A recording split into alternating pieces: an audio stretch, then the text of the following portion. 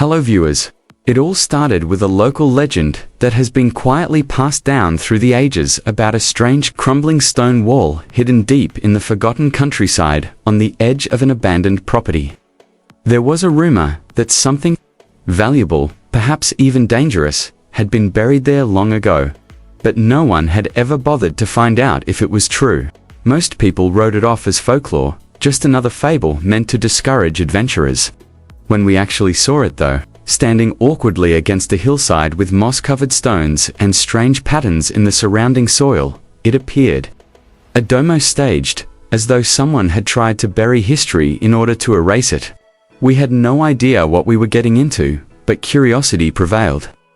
With our cameras set, our equipment loaded, and our hearts pounding, we began digging.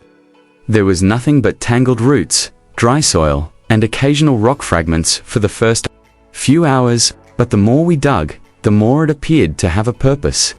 The ground became looser and darker, almost as if it had been disturbed before. The stones weren't just fallen rubble, they were arranged with care, packed closely together, and shaped as if they were hiding something behind them. That's when we started to believe the rumors. We went on, hands dirty, heartbeats accelerating. The task was challenging because the stones were heavy and unforgiving, but we were determined to get through. Just as the sun was beginning to sink behind the trees, one of the larger stones slid out of place with a harsh crack, leaving a pitch-black hole in the ground. We came to a stop. More than a gap, it was an opening, a void, like the entrance to something long hidden. We shined our flashlights inside and saw a faint reflection of something metallic, dusty, and filthy, as though it hadn't moved in years. The departing air felt colder and stale. With careful hands and pounding hearts, we expanded the opening and began to slowly remove the debris. The next thing we saw astounded us. A small closet-sized, shallow earthen room with walls composed of ancient, crumbling stones.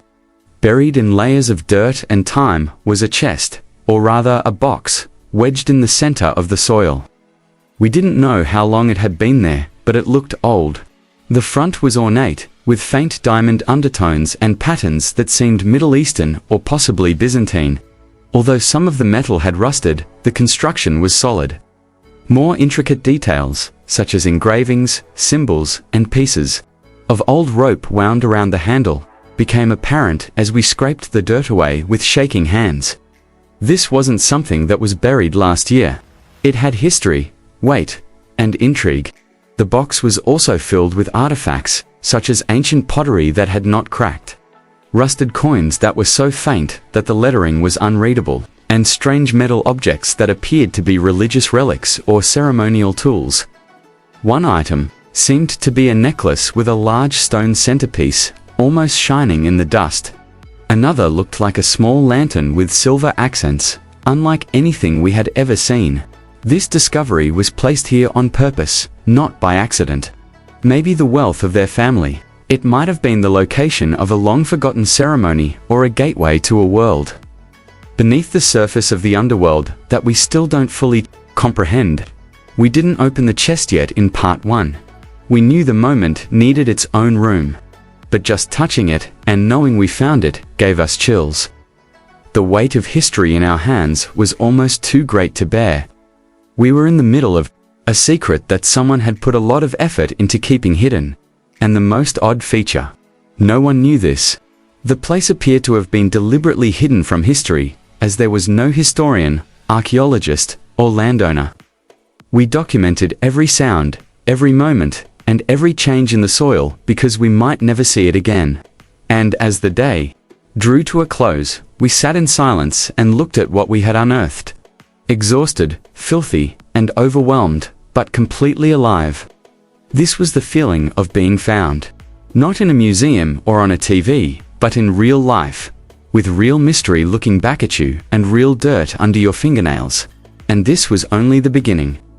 If a treasure like this was hidden behind a random wall in the country, what else might be out there? Was this a single finding, or was it part of a larger plan, possibly a network of undiscovered treasures? We'll be back soon to open the chest, investigate the room more, and uncover any more secrets that may be hidden inside. The next time, we'll decipher the symbols in the box using advanced tools like scanners, ground radar, and maybe even a historian. Part 2 will be next level, and we promise to show every detail.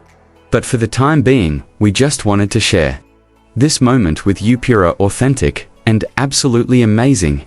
Because sometimes, rumors are true. Sometimes legends leave clues. Sometimes unearthing the past can yield more than just wealth. It can also yield a story worth telling. When we learned what we did next, everything changed, so stay with us. Don't forget to like, subscribe, and share. See you in part 2.